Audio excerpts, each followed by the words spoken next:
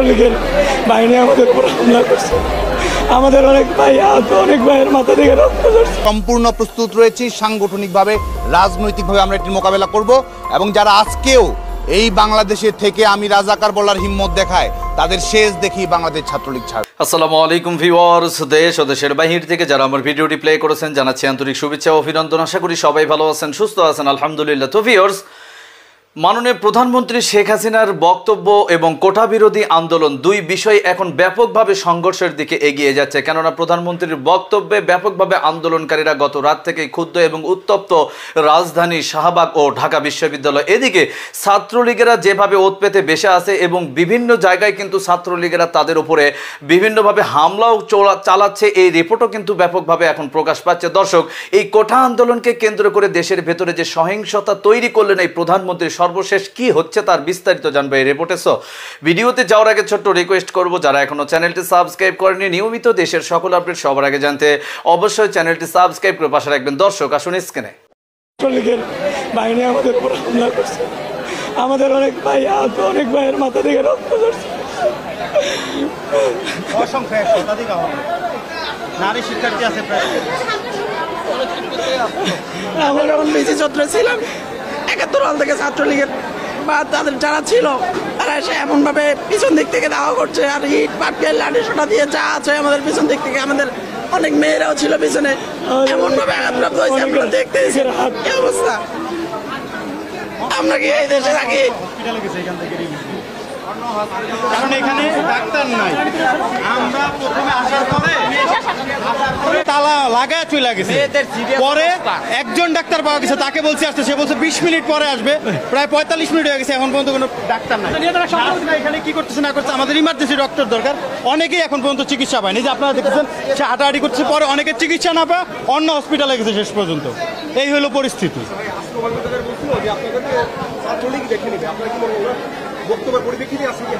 যে কোনো, এটা তো প্ল্যান মাফিক হামলা আমরা বলবো, যে যেভাবে হামলাটা চালানো হয়েছে, মানে আপনার হকি স্টিক নিয়ে, দেশীয় অস্ত্রশস্ত্র নিয়ে যেভাবে সাধারণ শিক্ষার্থীদের উপরে হামলা হয়েছে, এটি বুঝাই যায় যে এটি পূর্ব পরিকল্পিত একটি হামলা।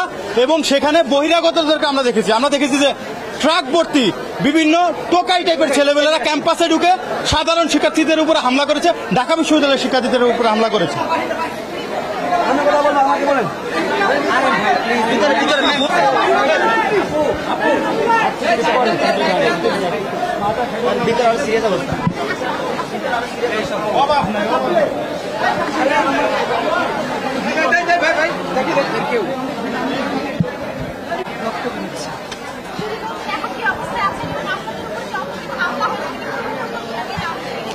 না, এটা অবশ্যই পূর্ব পরিকল্পিত। বিষয়টা হচ্ছে, গতকাল রাত 2টার সময় কিন্তু ছাত্রলীগ ক্যাম্পাসে শোডাউন দিয়েছিল। আজকে সকালে ইডেন কলেজেও কিন্তু তারা মেয়েদের ওপরে একটা হামলা করেছে। এবং আমরা আজকে প্রধানমন্ত্রীর বক্তব্যের প্রত্যাহারের দাবিতে, তার বক্তব্যের প্রতিবাদে কিন্তু আজকে সমাবেশটা করছিলাম। খুবই শান্তিপূর্ণভাবে করছি। আমাদেরকে ভয় দেখানোর জন্য, আন্দোলনটাকে ধামাচাপা দেওয়ার জন্য, দমন করার জন্য তারা খুবই পরিকল্পিতভাবে এই আন্দোলনটা করছে এবং ত্রাস সৃষ্টি করছে। রোকেয়া হলেও কিন্তু ধারাবাহিকভাবে তারা এখনো আন্দোলন করে যাচ্ছে এবং ক্যাম্পাসে তারা শোডাউন দিচ্ছে। ফলে আন্দোলনরত শিক্ষার্থী হিসেবে, প্রত্যেকটা আহত শিক্ষার্থী হিসেবে, আহত শিক্ষার্থীর পক্ষ থেকে আমি ছাত্রলীগের এই সন্ত্রাসী রাজনীতির প্রতি তীব্র নিন্দা জানাই, ধিক্কার জানাই এবং অবিলম্বে এই সন্ত্রাসীদের প্রতিহত করার জন্য প্রত্যেক শিক্ষার্থীকে একত্র হওয়ার জন্য আহ্বান করছি।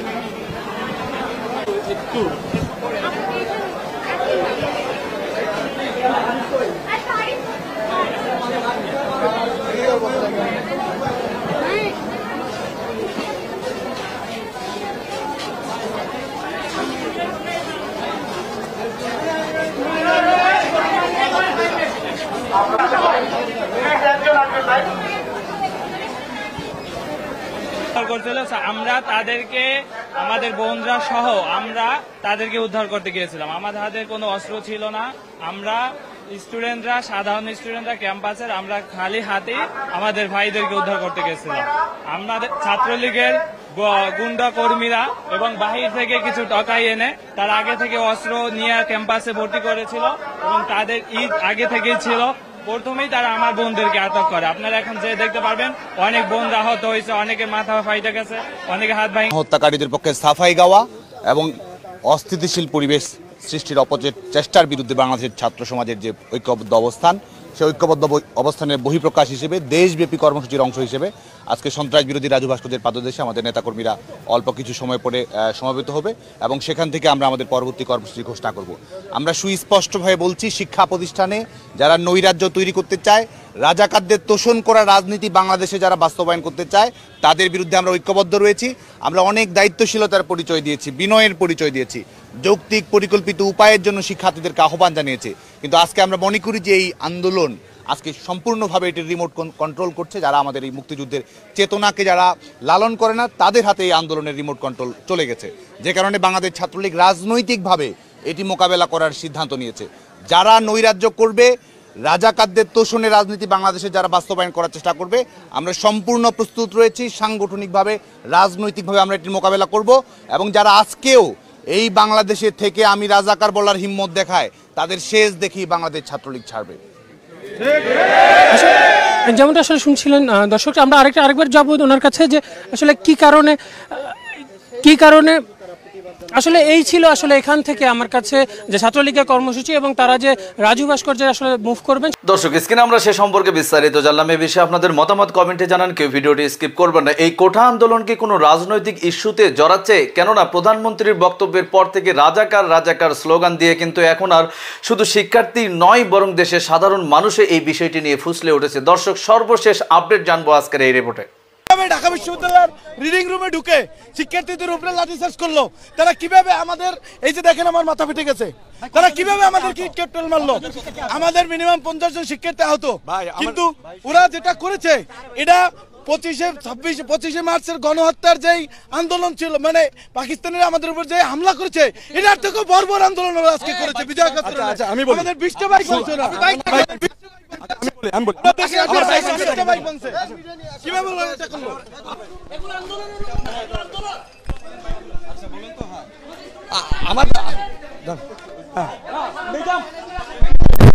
আচ্ছা এই বাইকটা আমার, হ্যাঁ আচ্ছা এই বাইকটা আমার, এই বাইকটা হলে এখানে রেখে আমরা আমাদের মতো দৈনন্দিন কাজ করছি। এর মধ্যে ওরা হলে ঢুকে বিভিন্ন রুমে ইট পাটকেল মারে, আমাদের মারছে, সেগুলো আলাদা কথা। কিন্তু কিছু আন্দোলন 1-1.5 ঘন্টা যাওয়ার পরে আমি উপর থেকে লক্ষ্য করি যে আমার বাইকে ওরা বাইক ভাঙচুর করছে। আমরা তো ওদেরকে কিছু বলিনি, বাইক ভাঙচুর করে আমাদের উপর হামলা করছে। তখন আমরা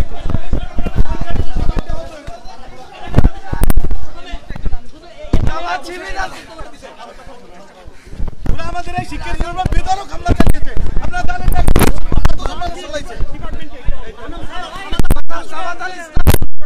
আমি ব্যাংক এন্ড ইন্স্যুরেন্স এখানে আন্দোলনকারীদের পক্ষ থেকে যেটা বলা হচ্ছে ওরা যখন এখানে আসারে নাটকে হারুন ভাই ওরে যেতে দেন ভাই, হসপিটালে যেতে দেন। সবাই যাও,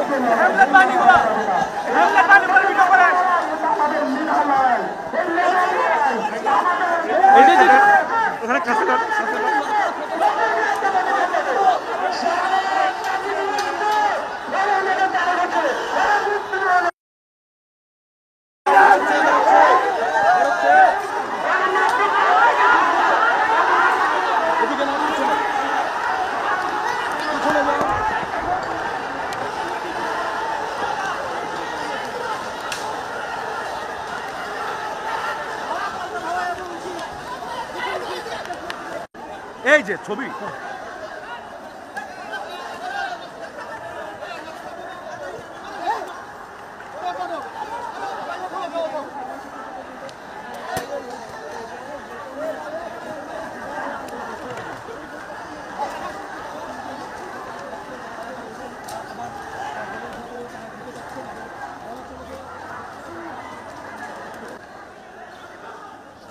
হ্যালো, কিছু না এবার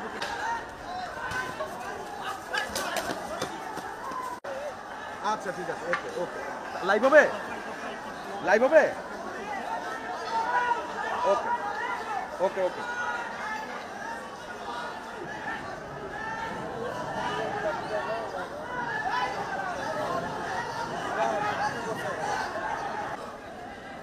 আচ্ছা ফিটটা দিয়ে কেন সব পাড়ায় রাখতেছেন না কামল ভাই?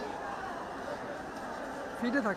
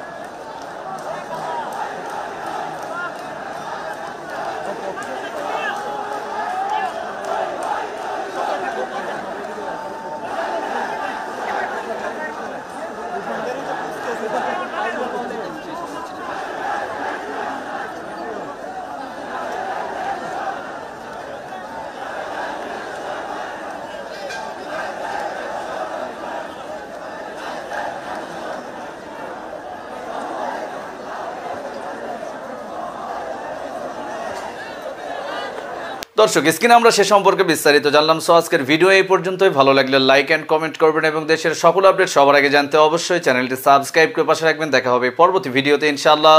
আসসালামু আলাইকুম ওয়া রাহমাতুল্লাহ।